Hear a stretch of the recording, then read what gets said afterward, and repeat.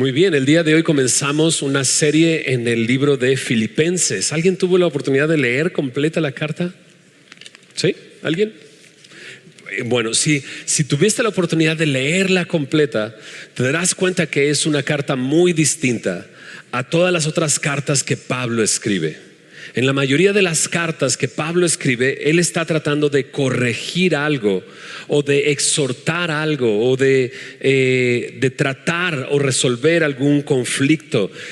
O incluso hay cartas de Pablo cargadas de mucha doctrina porque está tratando de enseñar qué es el evangelio y demás. Pero en esta carta es distinta. Esta carta se disfruta porque esta carta es una carta entre amigos. Es una carta específicamente de agradecimiento. Pablo está agradeciendo el apoyo económico que está recibiendo de la iglesia de Filipenses en mano de Epafrodito. Vamos a ver en las próximas semanas aparecer a Epafrodito como ese mensajero que la iglesia de Filipos envió a Pablo. ¿A dónde lo envió? Lo envió a la cárcel donde se encontraba Pablo. Ahora, este momento que Pablo está viviendo, lo está viviendo dentro de la cárcel.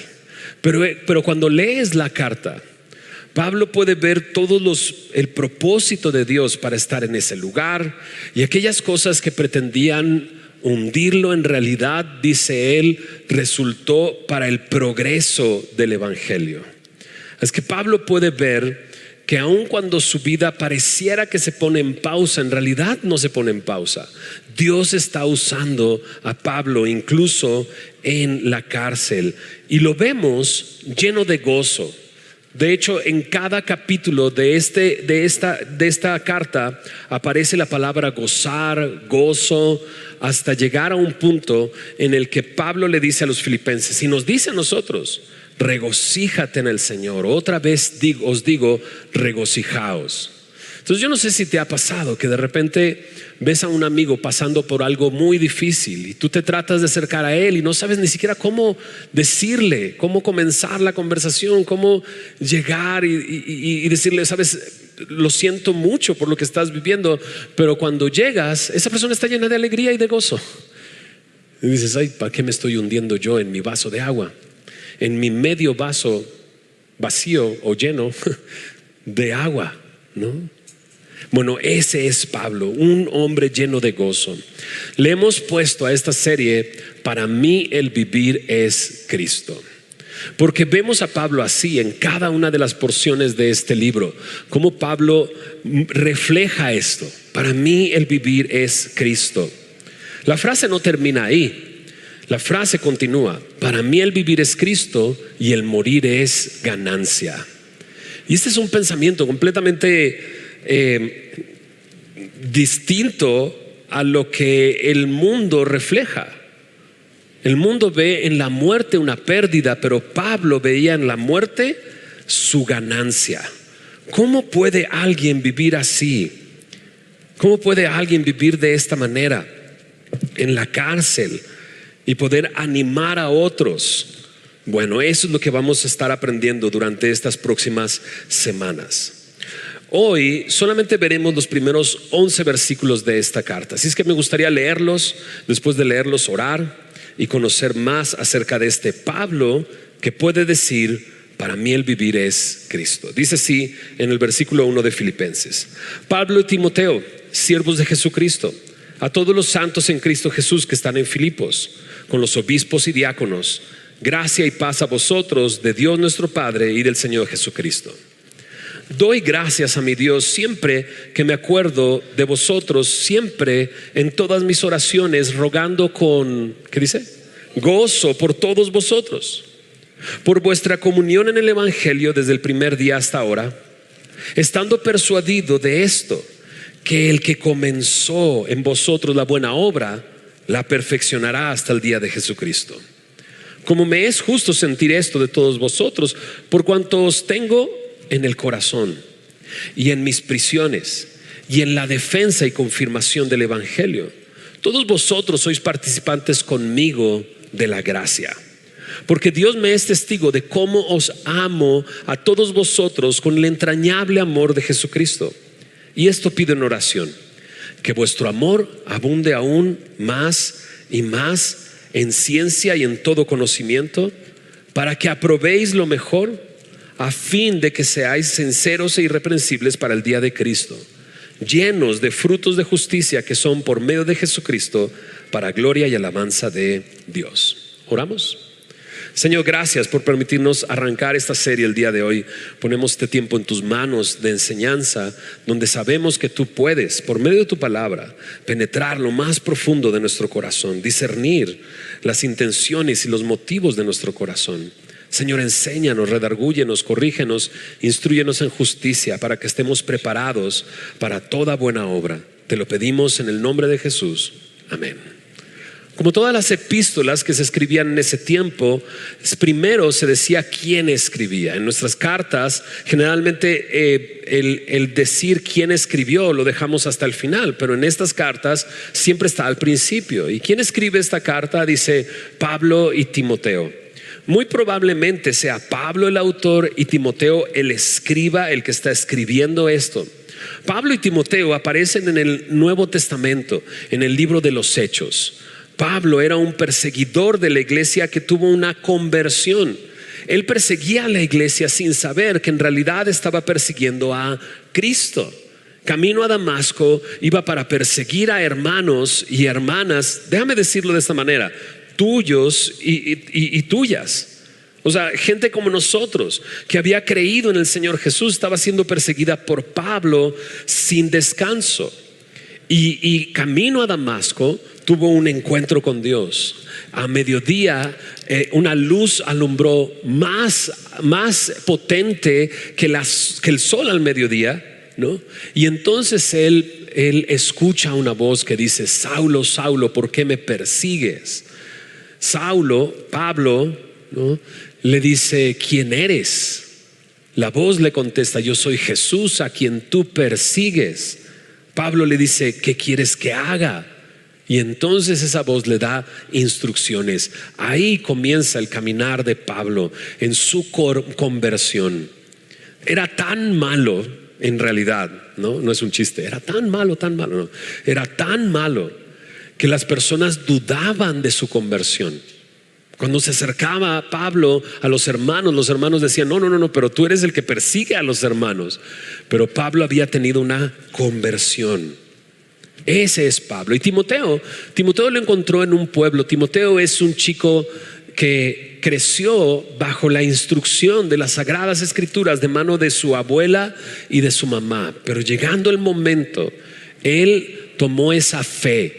No vivía de la fe de su mamá y de su abuela, sino que tuvo su fe propia, fe no fingida.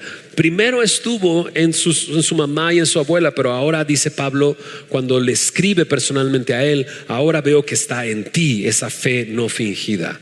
Así es que Pablo y Timoteo son como un padre y un hijo amado, o como un maestro y su discípulo. Pero aquí dice: Pablo y Timoteo, siervos de Jesucristo, ¿no? En otras cartas Pablo siempre explaya su autoridad como apóstol. Soy apóstol de Jesucristo. Pero aquí no es necesario que él se ponga el título de apóstol, porque no necesita exhibir ninguna autoridad, porque le está escribiendo a sus amigos. No tiene que corregir nada para sentar una base acerca de doctrina, sino que él le escribe a sus amigos, prácticamente. Por eso se presenta así: Pablo y Timoteo, siervo de Jesucristo. Ahora, no quiere decir, dices, ¿dónde se reúne esa iglesia para ir ahí? ¿No? Si no tiene que corregir nada, ¿no? Yo te diría: mejor no vayas. Quizás si vas se empieza a arruinar todo, ¿no? No es cierto.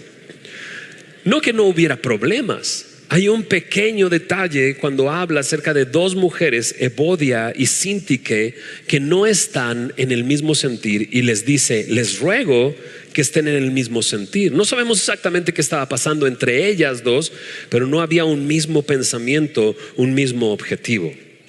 Pablo y Timoteo, siervos de Jesucristo. ¿Desde dónde está escribiendo? En el versículo 13 de este primer capítulo dice: en mis prisiones. De hecho, en el versículo 7 también aparece: en mis prisiones y en la defensa y confirmación del evangelio. Incluso al leer la carta implica que Pablo tiene cierta certeza de que podría ser en este encarcelamiento que él vaya a morir. Él presentó defensa del evangelio una primera vez, y esto está registrado en 2 de Timoteo capítulo 4 verso 16. Él dice: en mi primera defensa ninguno estuvo a mi lado, sino que todos me desampararon. Algunos consideran que es este momento que él está viviendo en la cárcel. Presenta una primera defensa y no hay nadie a su lado. En 2 de Timoteo versículo 1 versos 16 y 17 dice que Onesíforo, apa nombrecito, ¿verdad? Onesíforo lo encontró ahí en la cárcel. Es ahí donde escribe. Ahora, otra vez dijimos hace unos momentos, o sea, Pablo era un hombre implacable, un hombre que predicaba el evangelio, que iba de aquí a allá predicando el evangelio, anunciando el evangelio, confrontando y llamando al arrepentimiento a las personas, y de repente está en la cárcel. Pero dijimos, pareciera que le pusieron en pausa, pero en realidad no es así. Ese tiempo fue un tiempo muy fructífero en el ministerio de Pablo. Durante ese tiempo Pablo escribió 4 cartas a diferentes iglesias, las cuales están contenidas en nuestra Biblia. Es que no fue un tiempo perdido, ni un tiempo en pausa, sino un tiempo en el que Dios usó a Pablo, aún en la soledad en la que sentía, aún cuando se sentía desamparado. Dios lo usó. Así nosotros podemos ser usados por Dios. No hay tiempos de pausa para el Señor. Pablo dice: para mí el vivir es Cristo. Aún ahí, para él el vivir es Cristo. ¿A quién le escribe? Ahí dice en el versículo 1: a todos los santos en Cristo Jesús que están en Filipos. La palabra santo en la Biblia no hace referencia a una persona que se portó muy bien, que hizo algunas obras de beneficencia y entonces le ponen ese título de santo. No, la palabra santo significa apartado por Cristo Jesús, apartado para él. Y todos, cuando depositamos nuestra fe en Cristo, hemos sido apartados. Él nos ha compartido de su santidad. Así es que todo creyente es un santo. Pero recuerda, santo en Cristo Jesús, no por algo que hicimos, sino por lo que Él hizo por nosotros y por cuanto Él nos ha santificado. A todos los santos dice en Filipos.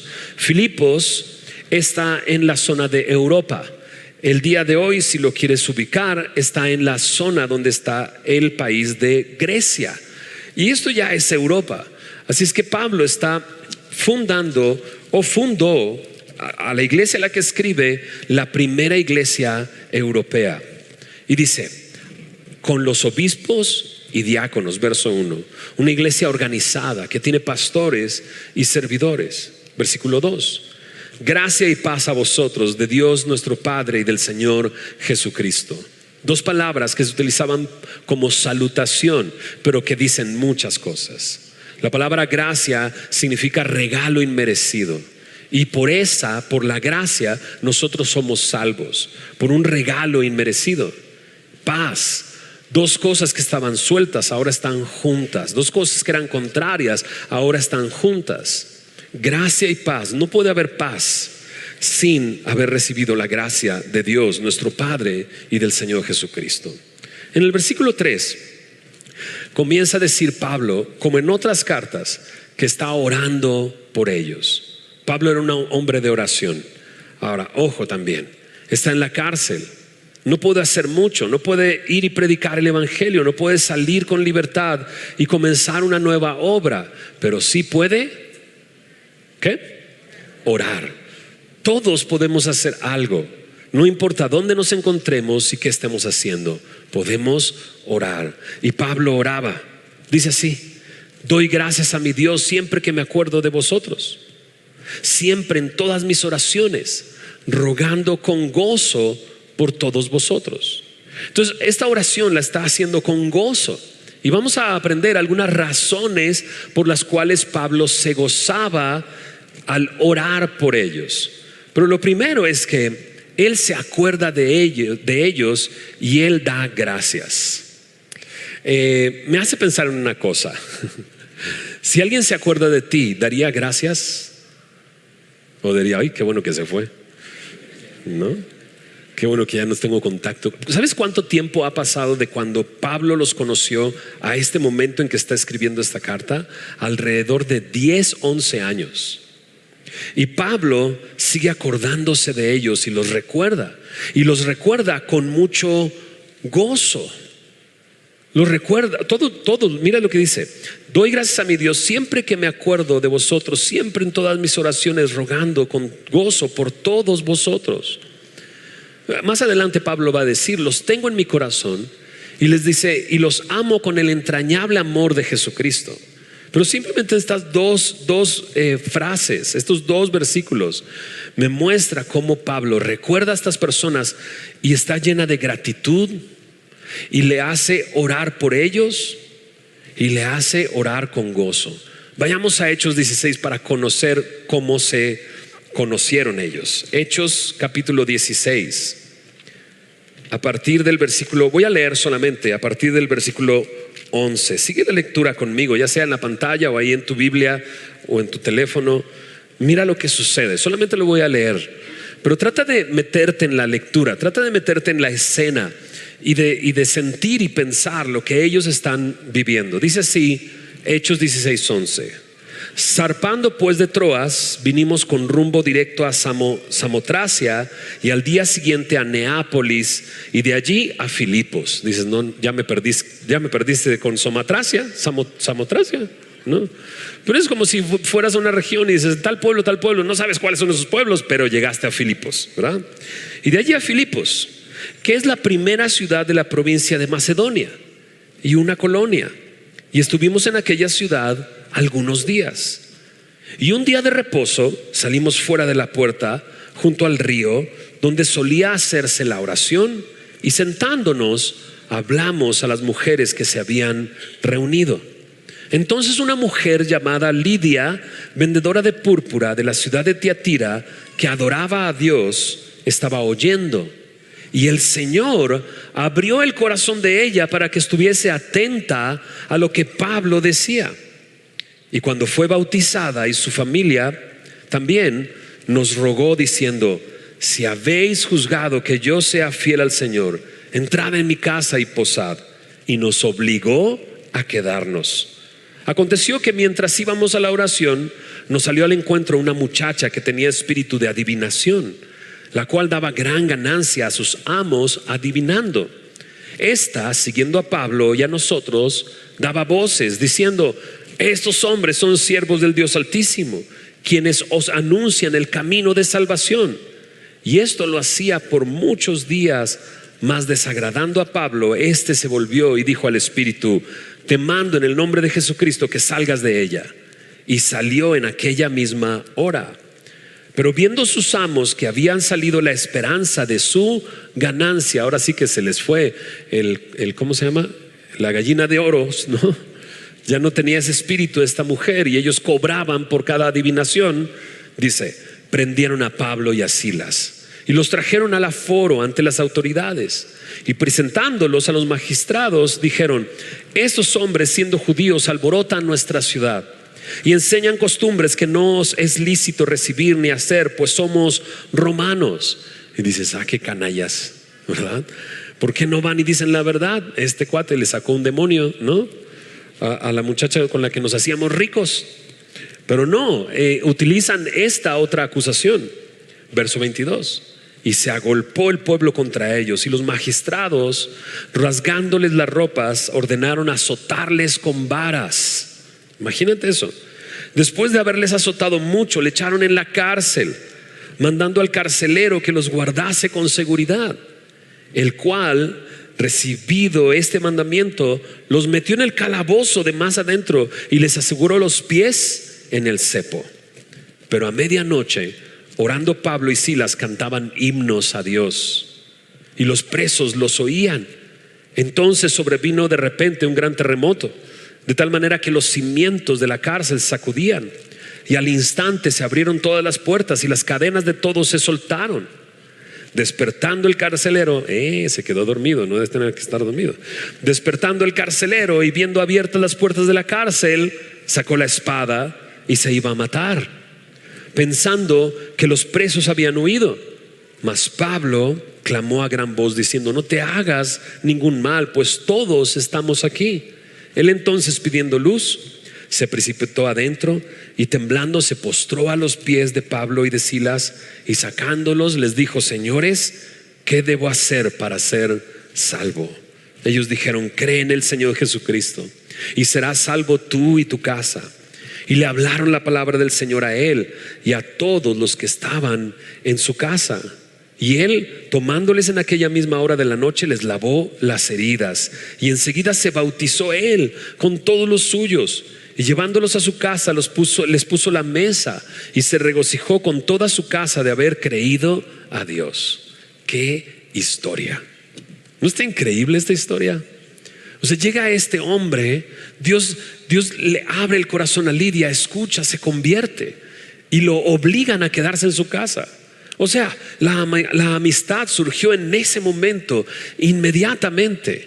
Surgió esta amistad entre ellos, y él ya se está quedando en casa de unos hermanos ahí, y salen, pero de repente a este hombre al cual le creíste lo meten en la cárcel, lo acusan de ciertas cosas, pero viste el poder de Dios librando a una mujer.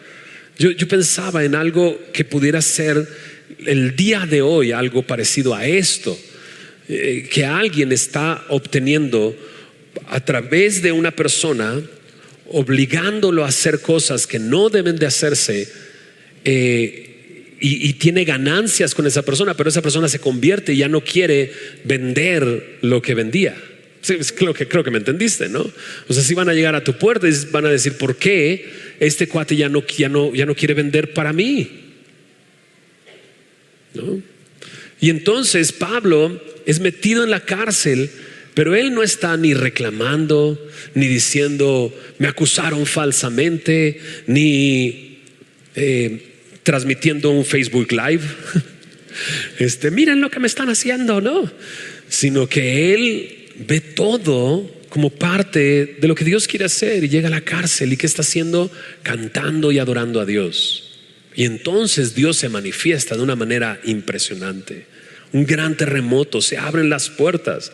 Este hombre se quiere matar, pues estaba dormido. ¿Qué va a decir? Pues me dormí. Ahora tú estás condenado y vas a pagar la condena de todos los presos que salieron. Y él dice: mejor me mato, ¿no?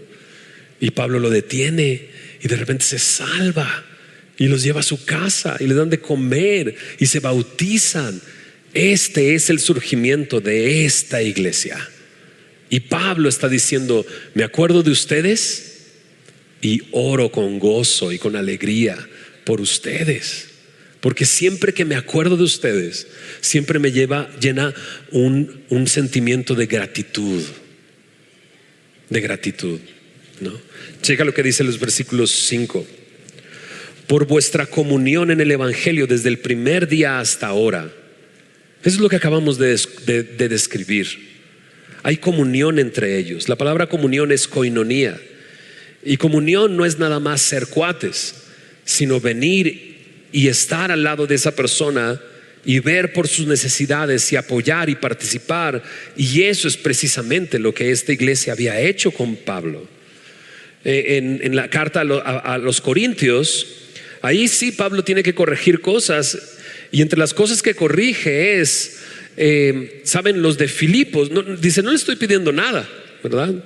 Pero ojalá encontrara fruto en ustedes, de que quieren participar en la propagación del evangelio. Pero los de Filipos siempre están conmigo y siempre me han apoyado, y esa es la comunión en el evangelio.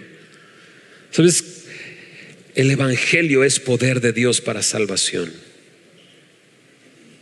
Y cuando tú ves a una persona que está predicando el evangelio y gana a otras personas para Cristo, y personas pasan de tinieblas a luz, y son rescatados, son restaurados. El cristianismo transforma a las personas, las hace buenos ciudadanos, las hace padres que ven por sus hijos, los hace esposos fieles que cuidan de sus esposas, les hace mamás que crían a sus hijos junto con sus esposos para levantarlos como hombres y mujeres que puedan hacer la diferencia en el mundo.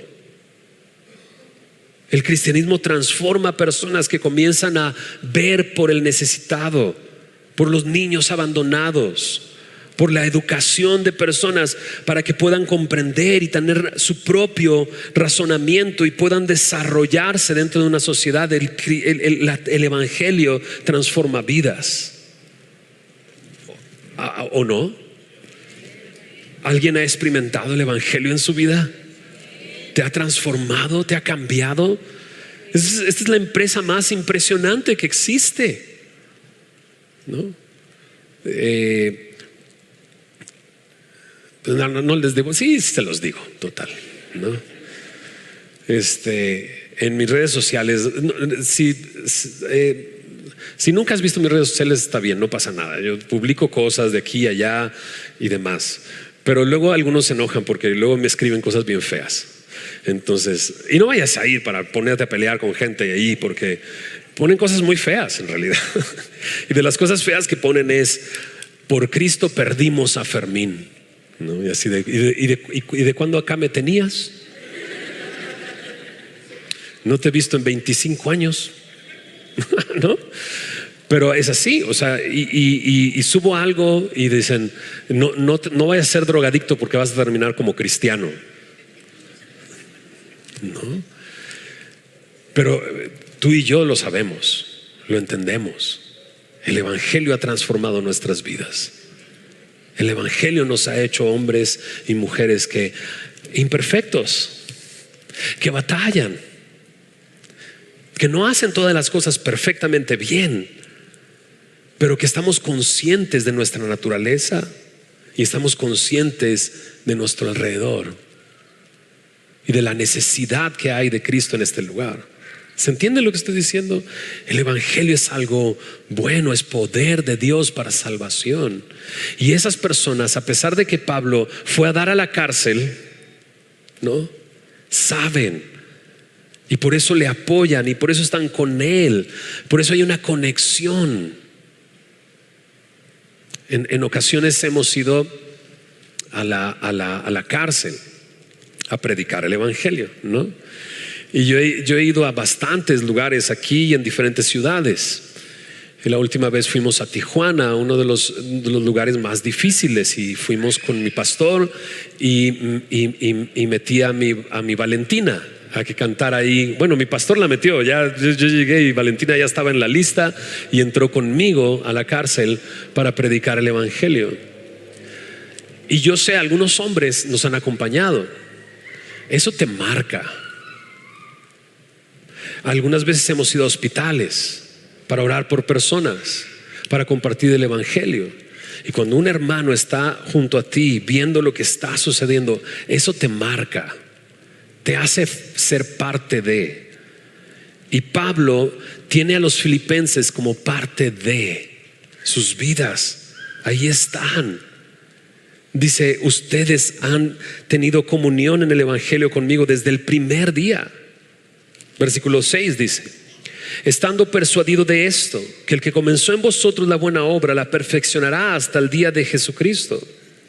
Pablo está convencido de que la obra que él vio que comenzó en sus vidas, dice en la NTV, la continuará hasta que quede completamente terminada.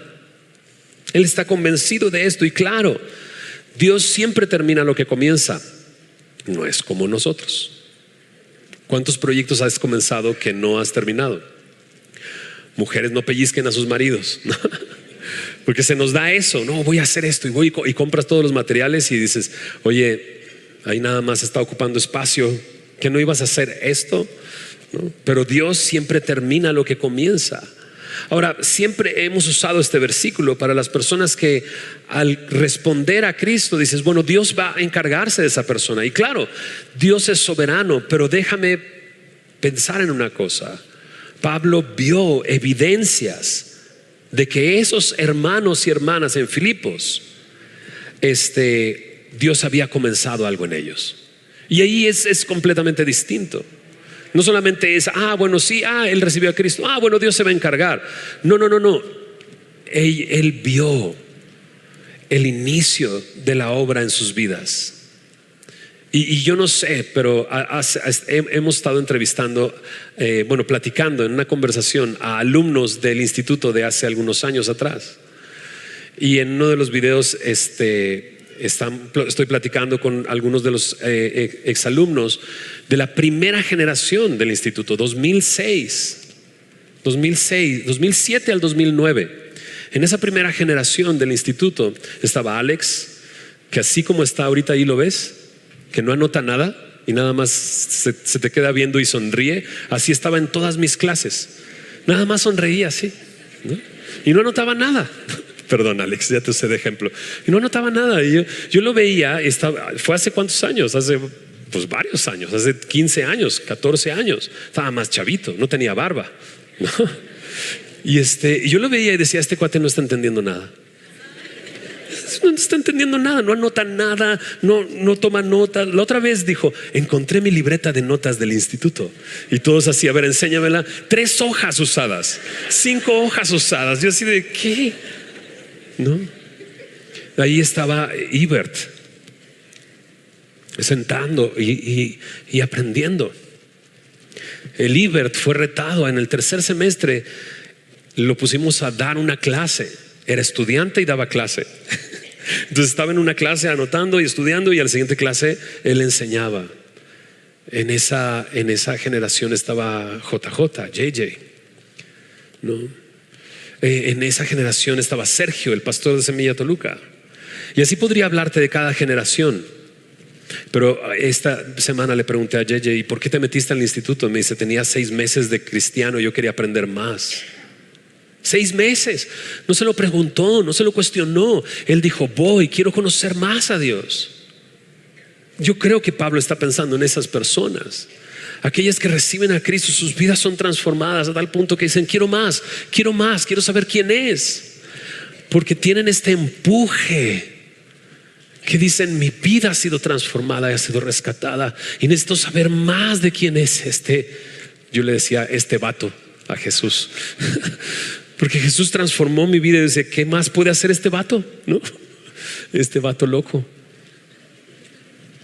Pablo veía ese empuje, y es hermoso ver a esas personas que llegan y tienen ese empuje, y estamos seguros Dios va a terminar esa obra que ha comenzado en esa persona.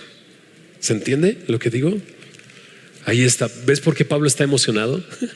Porque se acuerda de ellos, se acuerda de que tienen comunión con él, se acuerda de cómo iniciaron. Y Pablo dice, llevo 11 años que no los veo, pero yo sé que Dios va a terminar la obra que comenzó. Porque ustedes, mira lo que dice aquí en el verso 7, ¿cómo me es justo sentir esto de todos vosotros? ¿Cómo me es justo sentir esto de todos vosotros? O sea, estoy bien sintiendo esto, dice él, por cuanto os tengo en el corazón y en mis prisiones y en la defensa y confirmación del evangelio. Todos vosotros sois participantes conmigo de la gracia. Y yo sé que Pablo dice en esa carta a Timoteo, todos me abandonaron. Pero ahí está Pablo, porque físicamente no están ahí.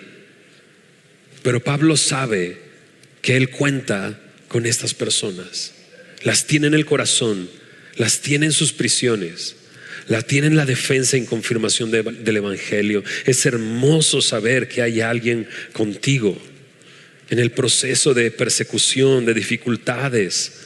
No estaban ahí físicamente, pero sabía que estaban con él. Qué hermoso es tener una comunidad y hermanos. Eso es lo que les animamos. Inscríbete a un discipulado. En un discipulado vas a conocer gente muy linda, bastante dañadita, igual que tú, ¿verdad? Pero vas a ver el proceso de cómo Dios nos va a ¿Por qué se ríen así? ¿En quién pensaron? Luego dicen, pero estás viendo el proceso y tú estás creciendo junto con ellos. Y sabes que si en tu grupo de discipulado, en tus navegantes, dices, ¿sabes qué? Estoy orando por mí. ¿Cuántos ejemplos no tenemos? Emanuel, el chico que está en evangelismo y que está llevando a un grupo los martes a los hospitales, que pronto nos va a invitar a todos nosotros a ir a los hospitales. A todos nosotros nos va a invitar. Su mamá en los discipulados orando por él por varios años. Somos parte de. Nuestros hermanos van con nosotros y están ahí en la lucha con nosotros. Y en las dificultades y en los momentos y circunstancias que no entendemos, porque somos esto. Pablo se está gozando. Dice, ustedes están aquí conmigo y ustedes son partícipes de la gracia. Si yo gano a alguien para Cristo, ustedes lo ganaron conmigo. ¿Se entiende? Qué increíble. Si yo gano a alguien para Cristo, ustedes lo ganaron conmigo. Ustedes estaban ahí conmigo. Y entonces dice en el verso 8, porque Dios me es testigo de cómo os amo a todos vosotros con el entrañable amor de Jesucristo. Qué increíble. El amor es la manifestación de que somos discípulos de Jesús. Jesús dice así: ámense unos a otros como yo les he amado. En eso conocerán que son mis discípulos. Juan 13, versículo 35. Juan 13, 35. En primera de Juan, capítulo 3, versículo 14, el mismo Juan que escribe esta carta también nos dice así. Primera de Juan, capítulo 3, verso 14. Nosotros sabemos que hemos pasado de muerte a vida en que amamos a los hermanos. El que no ama a su hermano permanece en muerte. Entonces sabemos que hemos sido transformados porque los amamos. Pablo no está diciendo los amo con mi amor a través de Cristo. No, es el amor de Cristo a través de mí. Ese amor que en Romanos 5:5 dice que todo creyente recibe cuando el Espíritu Santo ha sido derramado en nuestras vidas. Pablo ama y ama de verdad a estas personas. Los ama con el entrañable amor de Jesucristo. Eso es maravilloso, porque no está amándolos en sus fuerzas, no está amándolo como una emoción o como un sentimiento, sino en verdad lo está amando con el entrañable amor de Jesucristo. Pablo oraba por ellos y ellos le enviaron ayuda. Y esa es una manera en que puedo ver que hay evidencia de que amo a las personas, cuando me preocupo por ellas.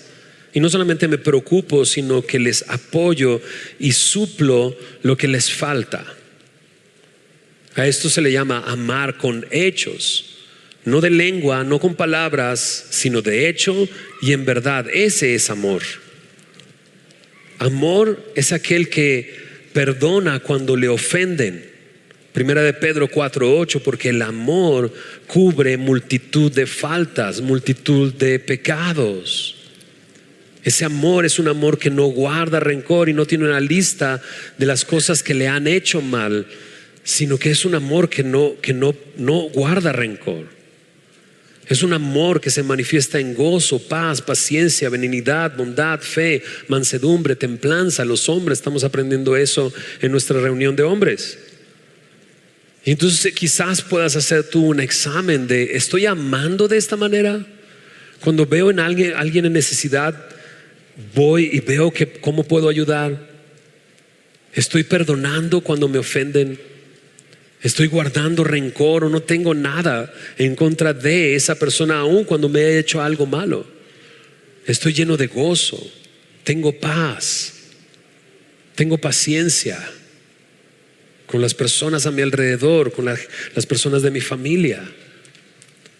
Pablo está lleno de gozo y lleno de amor por estas personas. ¡Qué maravilla! Ahora, los últimos 3 versículos los vamos a poner en práctica hoy. Versículo 9, 10 y 11 dice: y esto pido en oración, que vuestro amor abunde aún más y más en ciencia y en todo conocimiento, para que aprobéis lo mejor, a fin de que seáis sinceros e irreprensibles para el día de Jesucristo, llenos de frutos de justicia, que son por medio de Jesucristo, para gloria y alabanza de Dios. Okay. ¿Qué es estos 3 versículos? Estos 3 versículos son las peticiones de oración de Pablo. Y se entienden, ¿verdad que sí? Y no las gritó. Es curioso. Pablo no oraba, o más bien, Pablo oraba con peticiones muy claras, que se entienden y que se pueden al final decir amén, ¿no? Aquí en Semilla oramos, y yo sé que en otras comunidades oran, y cuando oran y todos están diciendo muchas cosas. Pero aquí nos gusta escuchar la oración de la persona que está orando, para que al final podamos decir amén, estoy de acuerdo con lo que acabas de decir. Y veo aquí en esta porción algo tan claro y tan definitivo. ¿Qué es lo que pide Pablo? Número 1, que su amor abunde aún más y más. Pero ya hay amor entre ellos. Sí, pero todavía puede haber más. ¿Cómo es el amor de Dios? Es tan alto y tan ancho y tan profundo y tan alto. No podríamos poder visualizarlo siquiera. Pablo dice: ojalá entendieran el amor inentendible de Dios, porque ese es el amor de Dios. Es tan ancho y tan alto y tan profundo y tan largo. Así es que aún podemos pedir esto: amar aún más y más. Pero no solamente eso, sino amar con ciencia y conocimiento. Esto quiere decir amar con discernimiento, entendiendo qué es el amor, que no es solamente un sentimiento, porque el amor en ocasiones tiene que ver con disciplina, ¿no es así? Dios al que ama, disciplina. Entonces necesito aprender a amar como Cristo me ama, amar de esa manera. No solamente eso, dice: pide que apruebes lo mejor. En otras versiones lo dice así, queda más claro: quiero que entiendan lo que realmente importa, para que sepan cómo elegir mejor. Para que apruebes lo mejor significa eso: entender lo que realmente importa y elegir lo mejor. Entonces, primera petición, que su amor sea más y más, pero sea un amor con conocimiento. Número 2, que puedan elegir lo mejor, que puedan darse cuenta, entiendan lo que realmente importa. Número 3, para que sean sinceros e irreprensibles hasta el día de Jesucristo. Sincero e irreprensible, completo y sin nada de que me puedan acusar, digámoslo así. 4, llenos de frutos de justicia, que se vea el fruto de justicia en sus vidas, que pueda ser evidente a las personas a su alrededor. Por último, déjame proponerlo así: para la gloria y alabanza de Dios. Entonces, ¿qué vamos a hacer? Nos vamos a poner de pie y vamos a orar estas peticiones por la persona que está a nuestra derecha, y después vamos a orar esas mismas peticiones por las personas que están a la izquierda. ¿Okay? Dices: ay, vengo por primera vez. Pues déjate querer, deja que oren por ti nada más, no pasa nada. Si no puedes tú decir una oración porque dices: no sé qué hacer, bueno, ha sido muy sencillo, muy simple. Solamente dile eso: que Dios le haga amar más y más correctamente, que Dios pueda ayudarle a ver lo importante y a elegir lo mejor, ¿no? Que Dios pueda hacerle sincero e irreprensible. Es muy sencillo, ¿verdad? Que pueda ser lleno de frutos de justicia. Pero piensa en esto: todos nosotros estamos siendo participantes de lo que Dios está haciendo aquí. No estamos desligados. Pablo tenía 11 años de no ver a estas personas, pero parece que las tiene ahí. ¿Se entiende? Y nosotros vamos a salir de este lugar habiendo sido orados, ¿no? Nos van a orar, ¿o cómo se dice eso? Pues sí, ya bien orados, vamos a salir de este lugar y vamos a ir a diferentes lugares. Y donde quiera que tú estés, nosotros estamos conectados en la misma misión. ¿Cuál es la misión? El vivir es Cristo. ¿Okay? Muy bien. ¿Ya sabes cuáles son las peticiones? Pues pon tu mano en el hombro, con mucho respeto, en el hombro de la persona que está a tu lado, y comienza a orar por esa persona estas peticiones. ¿Va? Y Señor, gracias, Señor, porque podemos poner a nuestros hermanos, a nuestras hermanas en tus manos y pedirte estas cosas, Señor. Que su amor abunde más y más en todo conocimiento y ciencia, para que aprueben lo mejor, para que sepan lo que realmente importa y elijan lo mejor, y sean sinceros y irreprensibles para el día en que tú vengas, Señor. Señor, que sean llenos de frutos de justicia, que son por medio de ti, para tu alabanza y para tu gloria. Señor, gracias por tu palabra, Señor. Sigue transformando nuestras vidas, sigue haciendo tu obra entre nosotros. Ayúdanos a vernos, Señor, y sentir que somos parte, porque somos parte de lo que tú estás haciendo en esta ciudad, Señor, a nuestro alrededor, en la familia de mi hermano, en la familia de mi hermana. Somos parte de lo que tú estás haciendo, Señor.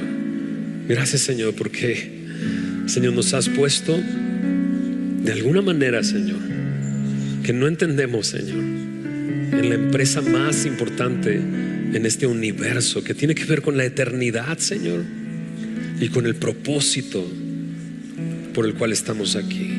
Gracias por tu evangelio que ha transformado nuestras vidas. Te rogamos, Señor, que podamos ser, Señor, aquellos que anuncian estas buenas nuevas, y que lo que tú hiciste en nosotros lo puedas hacer en aquel, Señor, que está en nuestras oraciones, que está cerca de nosotros, Señor. Te lo pedimos todo esto en tu nombre, Señor Jesús.